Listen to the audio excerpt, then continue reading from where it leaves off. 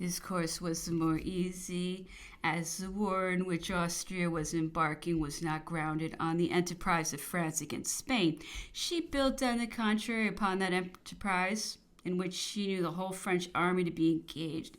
Her expectation of the successes which she so fondly anticipated, and which she intended to put forth in justification of her unprovoked attack.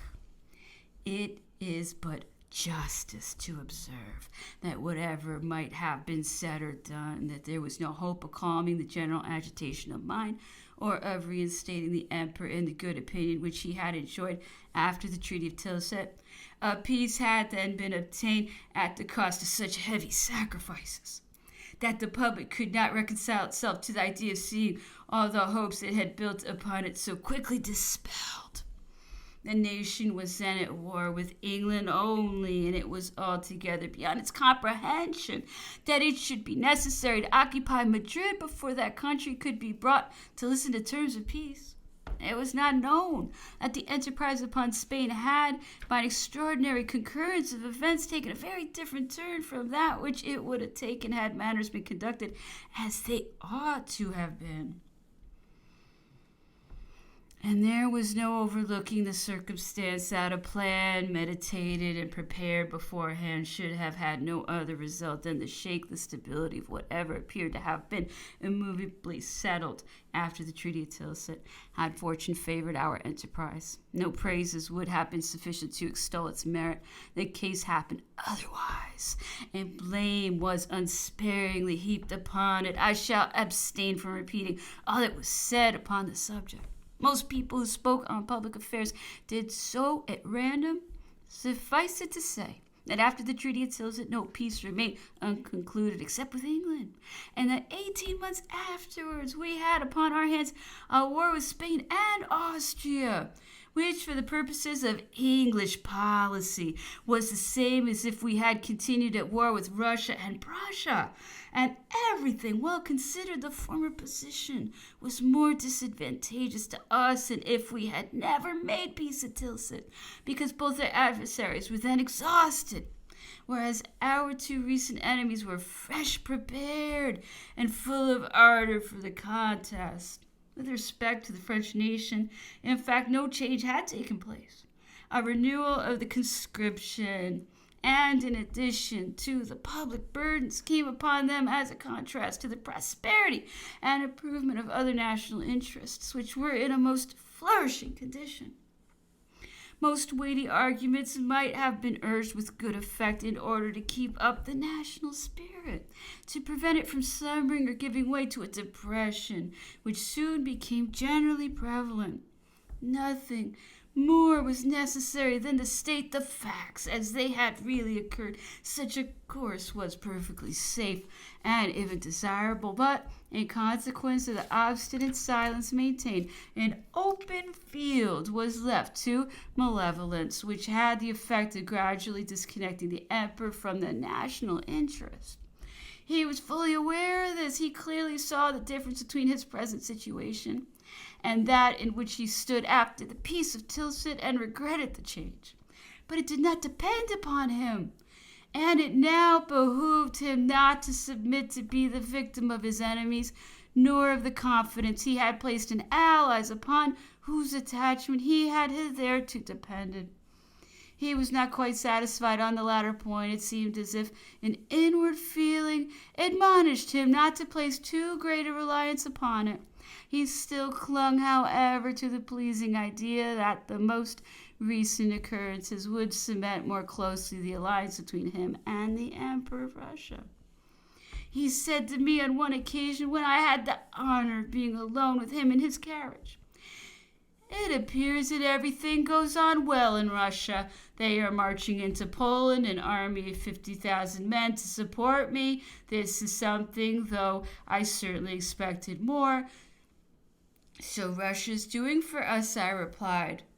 "Pretty nearly what Bavaria has done. Undoubtedly, the Austrians do not like to suspend their operations owing to the approach of those 50,000 men. I am even of opinion that if they do not furnish a greater force, that army will not act, and I should not wonder if it turned out to have been a premeditated arrangement, for this is truly ridiculous when we consider that in 1805 they brought 200,000 men to bear against us. Therefore, said the emperor, I rely much more upon my own strength than upon their assistance.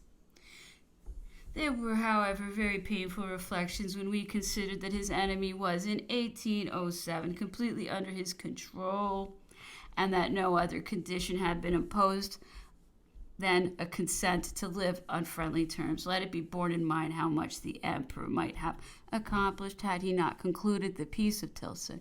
It will shortly be seen what price he had to pay for being generous towards his enemies. Russia had an army engaged in Finland against the Swedes. The Swedes, however, did not threaten St. Petersburg. It had another army in Moldavia against the Turks. The latter also were far from assuming the offensive, and even supposing they were in a condition to act. The Turkish armies could never be dangerous to a European army when they have long marches to perform. Russia, at any rate, was bound more than she affected in fulfillment of her alliance with us. She could have no difficulty in raising an army and was never at a loss to do so when circumstances required it. More demonstrations would have been sufficient to keep the Austrians in check, but to allow us time for making rapid strikes in Spain. But this was now out of the question.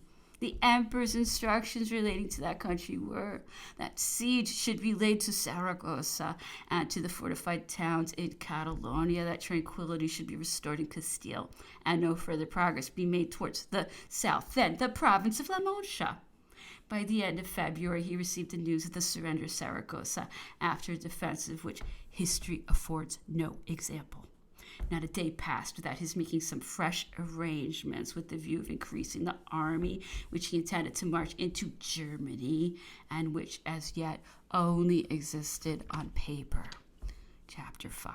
The emperor sent off Marshal Berthier in the month of March for the purpose of collecting upon the Danube the different contingents furnished by the confederated princes. As for himself, business still detained him in Paris. This was the period at which he issued a legislative enactment requiring all persons born Frenchmen or those who had become so by the union of some new territory with France to quit the military service of foreign powers. The emperor noticed that in Prussia, as well as in Russia and in Austria, the major part of the officers of talent were Frenchmen, and he felt it to be very unbecoming that whilst the mother country was willing to receive back every citizen, the latter should carry to her enemies the fruits of the education which the institutions of his country had afforded him. This measure was much cried down, although it only applied to military men, merchants, and mechanics, having always been at liberty to go wherever they thought proper. He sent to the depots of the several regiments in order that all the men in a condition to perform the campaign should be posted off to Strasbourg. His instructions were generally well attended to. Men were sent from the depots and joined the army, but the military administration, both in France and at the camps, was almost barren of those men of comprehensive minds whose genius suggests to them the means of supplying the wants of the army. They had been distributed in the conquered countries, so that the army stood in need of many of those requisites, the providing of which had been left to the vigilance of those officers. The emperor was obliged to fill up the void and to unite in his own person the combinations of a general with the duties of a commissary. The latter occupation is considered as trifling, but its paramount importance is soon discovered by experience. The emperor disregarded the observations made to him on this subject. There was, besides, no help for it. He was taken by surprise, and had not been personally on the spot, no army could ever have formed out of the scanty materials he had at his command. The moment of setting it in motion occurred much earlier than he could have wished. It must be stated in explanation of this that the only French corps we had at this time in Germany was that of Marshal Davout, who had been ordered from the Duchy of Warsaw, where he was stationed, through Saxony and the neutral and confederated countries to Ratisbon on the borders of the Danube. The troops on the march from France formed the corps of Marshal Massena and General Oudinot. The Bavarians furnished 3 fine divisions. The people of Württemberg and of Baden, a very strong division each, and another was formed out of the remaining troops of the petty princes of Germany. The following were the orders issued by the Emperor to the Prince of Neuchâtel on sending him to the army. If the enemy should not attempt any movement, you will leave the troops in their present positions until my arrival. Should they, however, commence hostilities, you will lose no time in forming the army behind the Lech. He was in a state of perfect security in Paris when a courier from the King of Bavaria came to announce to him that the Austrians had crossed the Inn, a river separating Austria from Bavaria, after having published a declaration setting forth that they were about to enter Bavaria, and having, I believe, summoned a small body of our troops to withdraw from that country. The Emperor did not feel the least alarm.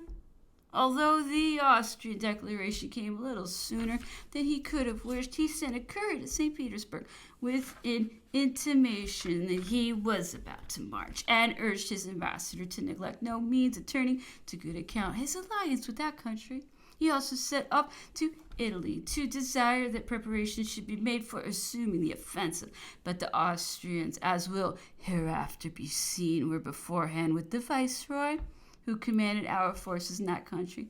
The Emperor, after having issued his final orders in Paris, took his departure the 11th April, 1809, and traveled on to Strasbourg without stopping. He there called for some accounts, immediately crossed the Rhine, and proceeded to Kiel in order to inspect the works which he had directed to be added to its fortifications, and urged the engineers to use the utmost speed in completing them. From thence he went by way of Rastatt to Durlach, where he met the Prince and Princess of Baden, who had come to meet him on his way for the purpose of paying their respects. He only stayed 2 hours in that town and left it for Stuttgart. The King of Württemberg sent us as far as the frontier to receive him, and had him attended to Ludwigsburg, a summer residence where the court of Württemberg was already established. The Emperor only stopped there a night, having just been informed that the King of Bavaria had been compelled to retire from Munich with all his family, and was at Dillingen on the Danube, and that the Bavarian troops were in the direction of Abensberg for the purpose of opening a communication with Marshal Davout, whom he thereby ascertained to be still at Ratisbon. He then imagined that he had already quitted it. He was unable to account for the marshals being still there, or for the King of Bavaria's being obliged to quit his capital, both events being inconsistent with each other. He felt disappointed at these circumstances, and immediately departed to join the army. The Prince of Neuchâtel had his headquarters at Donauwörth, where the Emperor had directed them to be established. On quitting Ludwigsburg, we did not follow the road leading to Ulm, but the same that we had taken in 1805, and debouching from the mountains where the Neckar has its source, we came to Dillingen. The Emperor had not stopped at any place since his departure from Ludwigsburg. He supped that night at the house of a ranger of the King of Württemberg, where a repast had been prepared by the Grand Marshal's orders. The Emperor always made it a point to converse with the owner of every house at which he had to alight. He accordingly asked this ranger, a very worthy man, a variety of questions concerning his family, and learned that he had an only daughter who was of age to marry, but that he had no fortune to give her. The Emperor bestowed upon this young lady a dowry suitable to her condition in life, and on that day dawned a prospect of happiness for her, which he will no doubt secure to her benefactor her lasting gratitude. We arrived at Dillingen during the night, and alighted at the palace of the King of Bavaria, who had retired to rest, not being prepared for the Emperor's arrival. He rose to meet him, and after they had been for an hour in close conversation, we took our departure for Donauwörth. We found there the Prince of Neuchâtel, but very shortly after our arrival, the Emperor fell into a passion, which we were at a loss to account for. He was addressing Berthier in these words: "What you have done appears to me so extraordinary that if you were not my friend, I should suspect you betraying me. For Davout is really situated at present much more for the convenience of the Archduke Charles than for mine." this was actually the case. The Prince of Neuchatel had put a wrong construction on the emperor's orders and so interpreted it as to expose us to the danger of a most serious disaster at the very commencement of the campaign. It will be recollected that the emperor wrote to him in the following terms: "If the enemy should commence hostilities, you will form the army behind the Lech." This prince, however, had not considered as the commencement of hostilities the passage of the Inn, that of the Iser, and the occupation of one half of Bavaria by the Austrians, though indeed not a cannon had been fired. He had therefore left Marshal Davout's corps at Ratisbon and the Bavarians at Ebensberg. The emperor, who was already foreboding some disastrous event, proceeded immediately to Neuburg, passed through Rhine, where he had ordered a tete de pont to be erected at the Lech, and which was a rendezvous for the contingents of several German princes, stopped a moment at this place to examine the tete de pont, and continued his journey to Neuburg, where he arrived with the divisions of cuirassiers which had remained in Germany. He received information the same night from Marshal Lefebvre, to whom he had given the command of the Bavarian troops, that the communication between Marshal Davout and himself was intercepted, and that an officer of hussars had just arrived at his quarters with a picket, who had recently left the marshal's division cut off in the rear of Ratisbon. This officer, having attempted to follow the high road with his picket, had been closely pursued to the very gates of Ebensberg by some Austrian light horse.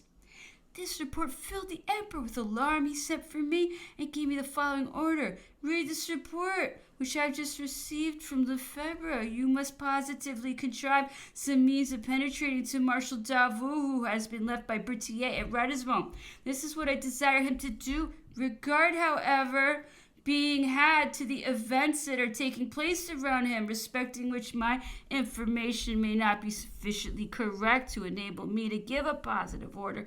If he could maintain his position at Ratisbon and at the same time keep open his communication with me until I am joined by Massena, Oudinot, and the other troops of the Confederation, it would be a very material advantage, since by continuing to occupy Ratisbon, he prevents the junction of the Austrian corps in Bohemia under General Klenau's orders with the army of the Archduke Charles, thus giving me double the numbers of the latter and enabling me to defeat him, especially if, as I have reason to expect, I succeed in cutting off his retreat towards the Inn. This, therefore, would be the most desirable course, but I apprehend Davout cannot wait for me. He will be attacked before I can go to his assistance. This is what creates my uneasiness. If he can retain Ratisbon, the ulterior consequence for the campaign would be incalculable. But if he cannot, let him break down the bridge so effectually as to prevent its being repaired, and then come to open a communication with me. By this maneuver, General Klenau's junction with the Archduke will be prevented, and time will tell the rest. But let him beware of running any risk or of permitting his troops to come to any engagements previously to his joining me." The emperor was at Neuburg when he set me on this mission. I started immediately and reached by way of Ingolstadt, the headquarters of Marshal Lefebvre, where the Prince Royal of Bavaria, who commanded a division of his father's army, had likewise established himself. I asked the marshal to furnish me with an escort for Ratisbon, and by way of a reply he led me in advance of Ebensberg and showed me, in fact, from Ebensberg on the high road to Ratisbon. I contrived, however, by means of a skirmish, which the Prince Royal of Bavaria ordered to be made, and with the assistance of a detachment of 50 light horsemen of his own regiment, which were intended for my escort, to plunge to the left into the woods which lined the bank of the Danube. I then allowed the horses a moment's rest, and trusting myself to the guidance of one of the Bavarian light horsemen, who was a native of those parts, I debouched just at the entrance of the plain which is on the borders of the Danube, between the wood through which we had been penetrating the small town of Abach on the high road, and at a distance of 2 German miles from Ratisbon. Previously to issuing from the wood, I heard a firing which made me apprehend some obstacles on the other side of it. In fact, one of the light horsemen who had been sent forward came back to tell me that pickets of cavalry were seen firing in the plain in front of Abach. I hastened to the spot and saw troops engaged against each other without its being possible to distinguish which was their own party. I had to wait a long half hour in this state of uncertainty before I could discover any result to the skirmish, and I then saw hussars in a white uniform who were debouching from Abach. As the Austrians had not any cavalry dressed in that color, I considered that the party could only belong to our 5th Regiment, which I knew to be with Marshal Davout's division. I ran up to them and found I was not mistaken. But they could give me no tidings of Marshal Davout, and I was compelled to continue my journey to Ratisbon. I found there the 65th Regiment of Infantry, commanded by Colonel Coustard, a man of first-rate military talent, as will presently be seen. He informed me that Marshal Davout had left that very morning with his whole army in consequence of its being reported to him that the Archduke was maneuvering to turn his right. Every effort had been made to destroy the bridge, but the masonry work resisted every attempt to break it down. It had therefore been found necessary to give up the idea, so that the material, fearing to resign that passage across the river to the Austrian corps under M. de Clenau, who would have advanced immediately to attack him, had left this colonel with his regiment in Ratisbon for the express object of defending the bridge. The whole town is on the left bank and surrounded with a good ditch and a Roman wall, but of far too great an extent to be defended by a single regiment. Besides, as the army was maneuvering on the right bank of the Danube, it did not appear likely that the attack would be made in that direction. The colonel had made admirable arrangements for defending his bridge and disposing of his regiment in the most advantageous manner. I remained 2 hours with him for the purpose of explaining the emperor's intentions, which it devolved upon him to carry into effect, since Marshal Davout had forestalled them in as far as related to his division. The roar of the cannon was beginning to be heard in the distance. I proceeded in the direction from whence it proceeded, and soon found Marshal Davout's corps engaged with the whole army of Archduke Charles. The battle was taking place on the heights of Abach, a league to the right of the road from Abach to Ratisbon, at a village the name of which is Tankerberg. To the best of my recollection, I joined him on the field of battle at the moment when he had just gained an advantage, and acquainted him with the emperor's arrival at the army and with the commission he had charged me to deliver to him. The marshal had already by his maneuvers anticipated the emperor's wishes, though indeed he had not intended making any movement on his right. Not being aware of the emperor's arrival, he intended, on the contrary, to keep within a short distance of Ratisbon, as much with the view of affording assistance to the troops he had left there as to prevent General Clenau's junction with the Archduke Charles. But the emperor contemplated to derive a still further advantage from that corps of troops. Marshal Davout therefore immediately made the necessary arrangements.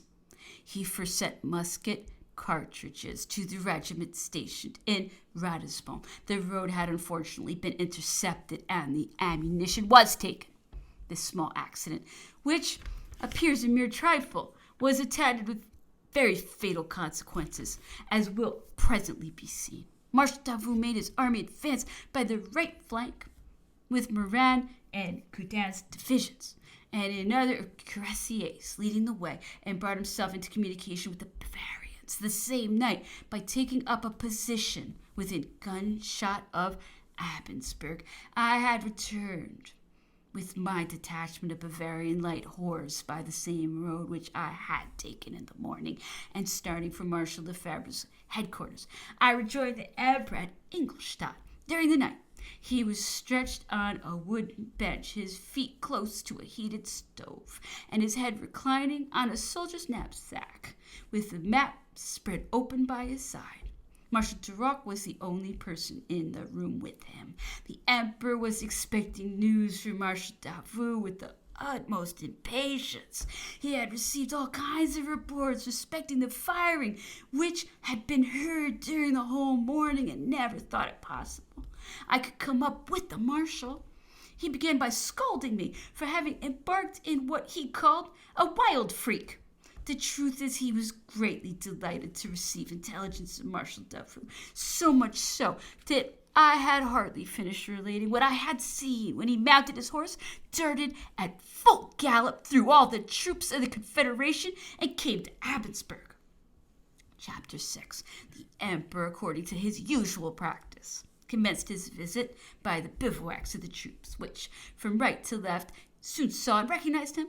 From that moment, no soldier entertained any doubt of the result of the campaign. He immediately ordered the Bavarian army to be placed under arms and formed it in front of Abensberg. His suite and escort were entirely composed of Bavarian officers and soldiers. The Prince Royal of Bavaria stood at that moment by his side. "Well, Prince Royal," said the emperor, tapping him on the shoulder, "if you uphold in this manner the dignity of the King of Bavaria, when it may come to your turn, these gentlemen will never desert you. If, on the contrary, you should remain at home, they will all follow your example and withdraw. From that moment, you may bid farewell to your kingdom and to glory." The Bavarian officers who spoke French repeated those words in German. They passed from mouth to mouth amongst the Bavarian soldiers who, like those of every other nation, have a shrewd conception of truth. The two divisions of Generals Gudin and Moran being in readiness, the emperor formed them into a temporary corps, of which he gave the command to Marshal Lannes, who had arrived from Saragossa 1 or 2 days before. He added to this corps a brigade of horse chasseurs, with a division of cuirassiers under the orders of General Saint-Sulpice. The Bavarians, that is to say, the two divisions of the Prince Royal and of General de Roy, advanced with Marshal Lefebvre in the rear of what remained of the corps of Marshal Davout, who had still the command of the two divisions of Generals Friant and Saint-Hilaire. The Bavarian division of General Vreda being more to the right, it followed the direction of the corps of Marshal Lannes. From this day, are repeated the maneuvers of the emperor, which were attended with such brilliant results. The Austrians had opened the campaign with 4 armies, one in Italy under the Archduke John, a second in Galicia under the Archduke Ferdinand, a third in Bohemia under General Clenau, and the Grand Army under the Archduke Charles. In Bavaria, a small corps detached to support the Tyrolese insurgents was under the orders of Monsieur de Bellegarde. The Grand Army under the Archduke Charles had taken the line of operations through Vienna, Wels, and Braunau, and had crossed the Iser at Landshut, from whence it had detached a corps of some strength towards Abensberg. The Archduke had then followed the road to Ratisbon with the whole of his army for the purpose of attacking Marshal Davout. In the rear of the Archduke's army was the reserve of Grenadier Guards, commanded by Prince John of Liechtenstein, then the pontoon train, etc. Independently of the regular troops, the Landwehr, the National Guard, had been raised and equipped, by which means the personnel of the troops was immense. The Archduke's movement upon Ratisbon was made with the intention of rallying the army in Bohemia, and if he could have succeeded in taking possession of the town, which forms a protection to the bridge, it would have rendered it the center of all the operations and events of the campaign, and thereby sheltered Vienna from any attack, whilst the Archduke was prepared to execute that part of his plan of operations. The Emperor ordered an attack, a close pursuit of the Austrian corps, which had advanced from Landshut in the direction of Abensberg. It was driven in and put to complete rout. Night alone saved it from being compelled that day to surrender. The pursuit was continued. At a very early hour the next morning, we entered the town of Landshut pell-mell with the fugitives. They attempted to defend the bridge. A sharp firing was kept up across the Iser, and the bridge would have been infallibly burnt before our eyes. had not General Mouton, an aide-de-camp of the Emperor, carried it by main force with a battalion of the 57th Regiment, a large quantity of heavy baggage and artillery, bridges of boats, and immense material, in short, were captured at Landshut. We, however, ascertained there that all the reserve of the grenadiers under the orders of Prince John of Liechtenstein had left Landshut for Ratisbon 2 days before, so that the whole army of the Archduke Charles was now united and in a condition to act. It was much stronger than the army of Marshal Davout. The latter was placed in imminent danger. The emperor was fortunately overtaken at Landshut by Marshal Massena, to whom he had written these flattering words: Activity, quickness, I rely upon you. The marshal, whose zeal was excited by these words, had accelerated his movement and arrived in the field of battle just at the close of the action. Neither he nor General Oudinot brought any other troops than young recruits. Nevertheless, they proved a valuable reinforcement. Both generals had come from Augsburg. The Württembergers had also arrived. The emperor passed the day at Landshut and kept asking questions of everyone he fell in with. He was impatient at the non-arrival of his secretaries and of the material of his closet. He had come from Paris with such rapidity that nothing had been sent with him. He lived like a common soldier and scarcely had a change of linen. The only saddle horses he rode had been lent to him by the King of Bavaria, his own being still at a very great distance in the rear, not having yet reached Strasbourg. The emperor's mode of judging the Austrians was so accurate that he never failed to arrive at the exact moment appointed for any movement against them. He calculated that no time was to be lost in maneuvering against the Archduke Charles, who would no sooner find his line of operations towards Landshut cut off than he would redouble his exertions either to compel Ratisbon to surrender or to crush the corps of Marshal Davout. Guided by this opinion, he determined to leave behind him a small corps only, of which he confided the command of Marshal Bessières, Duke d'Istria, because the guard, which was coming from Spain by forced marches, was expected to reach Landshut in a few days. Marshal Bessières had the chief command of it in advance of Landshut for the purpose of watching the Austrian corps commanded by General Hiller, who had just been dislodged from his position. With the remainder of the army, the emperor took the road to Ratisbon on the day following that of his departure from Abensberg to Landshut. Shortly before arriving at Eckmühl, a distance of 5 leagues from Ratisbon, we came up with the outposts of the left wing of the Archduke Charles's army, which rested upon the village of Eckmühl, with its front protected by a small river called the Leber. The emperor only took time to reconnoiter the enemy whilst the troops were forming. As they arrived on the banks of the river, Marshal Davout was at the same moment placing himself in communication with us by taking up a position in line with our left. He had been for 72 hours in a dreadful situation ever since the day of my conveying to him the emperor's orders and of separating from the divisions of General Gudin and Morin. He had certainly with him Marshal Lefebvre and 2 Bavarian divisions. Nevertheless, he was exposed to be taken prisoner from one moment to another. No time was lost in maneuvering. The attack was instantly made by extending our line beyond the enemy's left.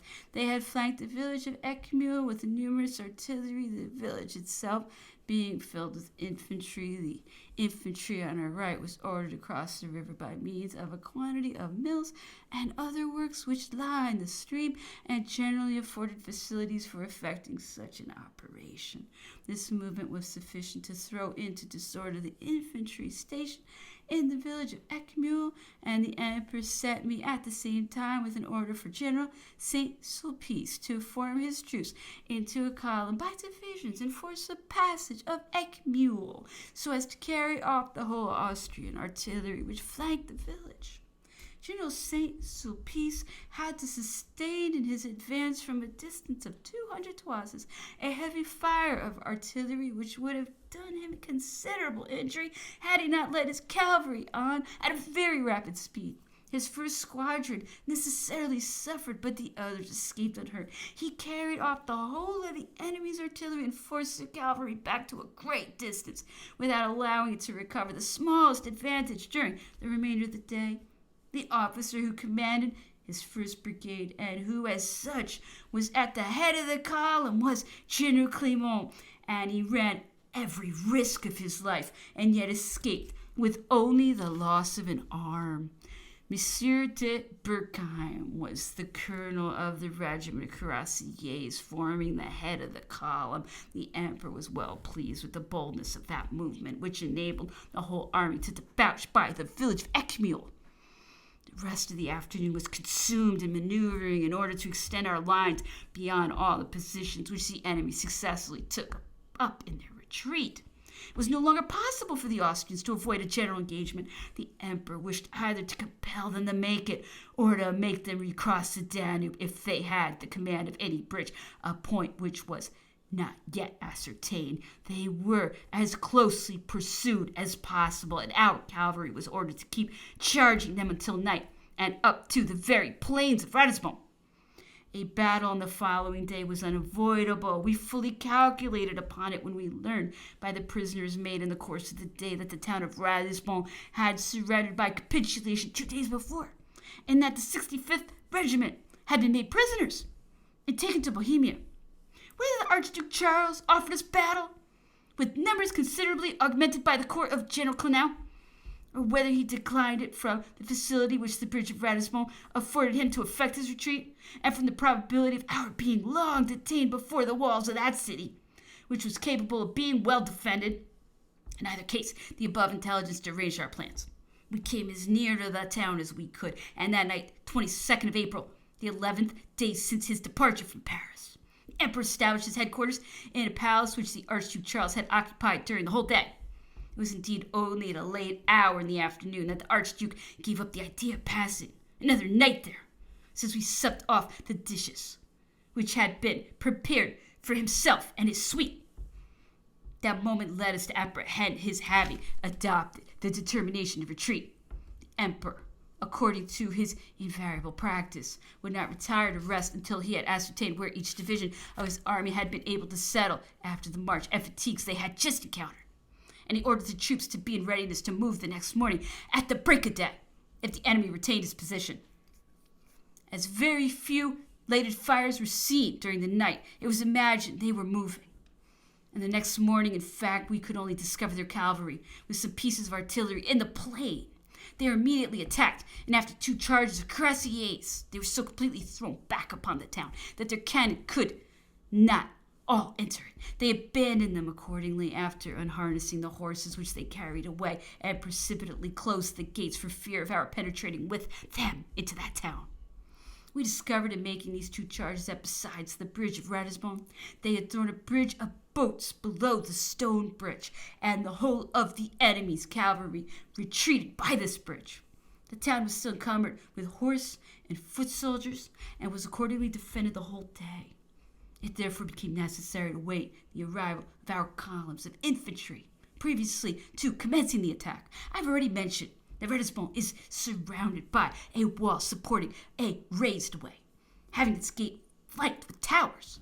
The Austrians had lined every part with infantry, which rendered any approach to the wall a dangerous attempt, and prevented the gates from being forced open without having a recourse to artillery. But we were all so much exhausted with fatigue, the emperor amongst the rest, that every one was falling asleep, and no orders that might have been given could have been properly carried into effect. Bavarian 12-pounders were, however, brought so closely to bear that in less than 2 hours they demolished a large portion of the wall which encloses the town.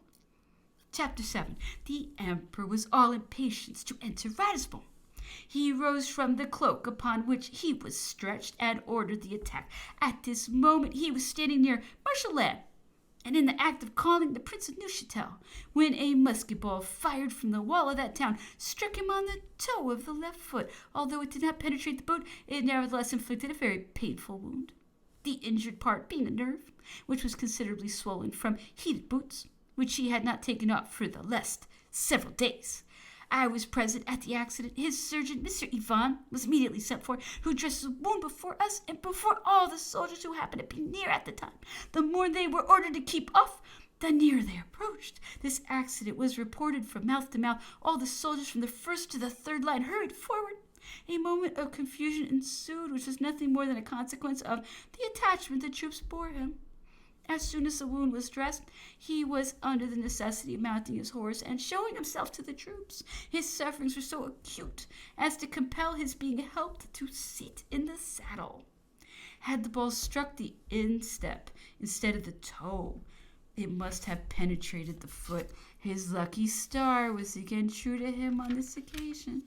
When this little accident had passed away, preparations were made for an assault, the opening effected in the wall being found adequate to the purpose. There was moreover discovered at the bottom of a ditch a small garden gate affording a communication with the town, which was also taken advantage of. A descent was made from the two ditches by means of ladders, and the town entered by the opening in the wall and by the garden gate. Whilst this attack was going on, the artillery battered those parts of the wall and of the town from whence the Austrians kept up a fire of musketry, and the Bavarian artillery particularly distinguished itself. The attack was completely successful. Ratisbon was entered, and a great number of Austrian soldiers taken prisoners, who were still in the streets or even lining the ramparts, as well as the reserves which were destined to support them and were unable to retreat to the bridge on the Danube. Some troops were immediately sent across the border to follow up the Austrians, but the rest of the army instantly took the road to Straubing. The emperor established his headquarters at Ratisbon, where he remained a few days to plan another operation and to allow the army time to gain ground whilst he was recovering from his wound. We found at Ratisbon the colonel of the 65th Regiment, who had escaped being carried off a prisoner by concealing himself until the arrival of our troops. He informed us that in the afternoon of the day on which Marshal Davout had left the heights in front of the town, he had been attacked at the bridge of the Danube by the corps of Monsieur de Saint-Cyran, whose attempts on that and the following day to force the passage had been so completely frustrated that he, the colonel of the 65th Regiment, had driven him back with the loss of 800 prisoners, but that nearly all his ammunition was consumed, and he was under the necessity of distributing the cartridges found in the cartouche boxes of the prisoners and the slain. He would nevertheless have succeeded in defending the bridge against General Clenau had it not been for the reserve grenadiers commanded by Prince John of Liechtenstein, who arrived from Landshut by the road of Eckmühl and threatened to scale the walls and put his men to the sword if he did not immediately capitulate. Resistance was out of the question, since he had not sufficient troops to line a fourth part of the walls. After his successful defense of the bridge, he was compelled to submit, much against his will, to conditions equally harsh and unmerited, his gallant resistance having rendered him worthy of a better fate. This happened at Ratisbon less than 72 hours before the emperor's arrival with his whole army.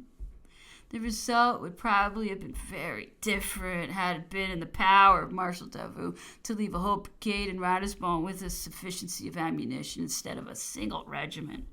The town might then have been defended as effectually as the bridge, and the Archduke Charles would have been cut off from his only means of retreat. It is now likely that he would have fought a battle when he had not yet been joined by Monsieur de Clenau's corps, since he thought proper to avoid it after this general had effected a junction with him. He could not have thrown a bridge of boats across Danube under the walls of Ratisbon, and even if he had, it might have been easily destroyed by sending rafts loaded with stones down the stream. No argument can well be founded upon what did not come to pass. But unless Archduke Charles could have succeeded in forcing his way through our ranks, he would have been driven to the bitterest of alternatives for the commander of an army. History would be consulted in vain for the parallel to so bold a maneuver, prepared at a distance intended to be executed at a stated time and actually carried into effect within 12 days of the emperor's departure from Paris by means of an army of soldiers, one half of whom were working with their mattock at field labors a month before and were quite bewildered at the novel task now imposed upon them. That operation ranks as the chef d'oeuvre amongst the immortal achievements of the emperor. I've just said that he ordered the army to march by Straubing, Scharding, and Itterding.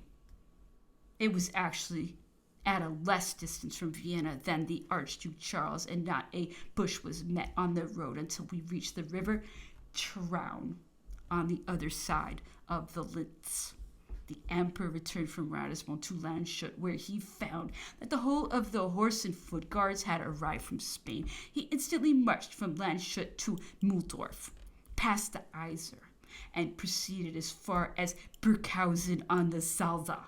He had caused the Bavarian division of General Wrede to march on his right for the purpose of forcing back the Austrian corps of General Bellegarde, which was stationed in the province of Salzburg, being anxious to prevent its throwing itself into Vienna by compelling it to perform a great circuit of a circle, of which General Wrede's division would march along the chord. This operation completely succeeded. The Austrian corps was unable to reach Vienna and was forced to descend the country a considerable distance before it could approach the Danube. We found every bridge burned on our way, and were detained a long time repairing them. Fortunately, however, wood is very abundant in those countries. Otherwise, the difficulties we encountered would have been much more serious. Injury to us, the Austrian pontoon trains captured at Landshut greatly assisted us in surmounting them. The Austrian General Hiller, who commanded the troops which was retreating before us from the moment we reached the banks of the Iser, always found time to take up a position, and his corps was completely recruited in strength whenever we came up with it, and gained upon us in its retreat as often as we had to repair a bridge.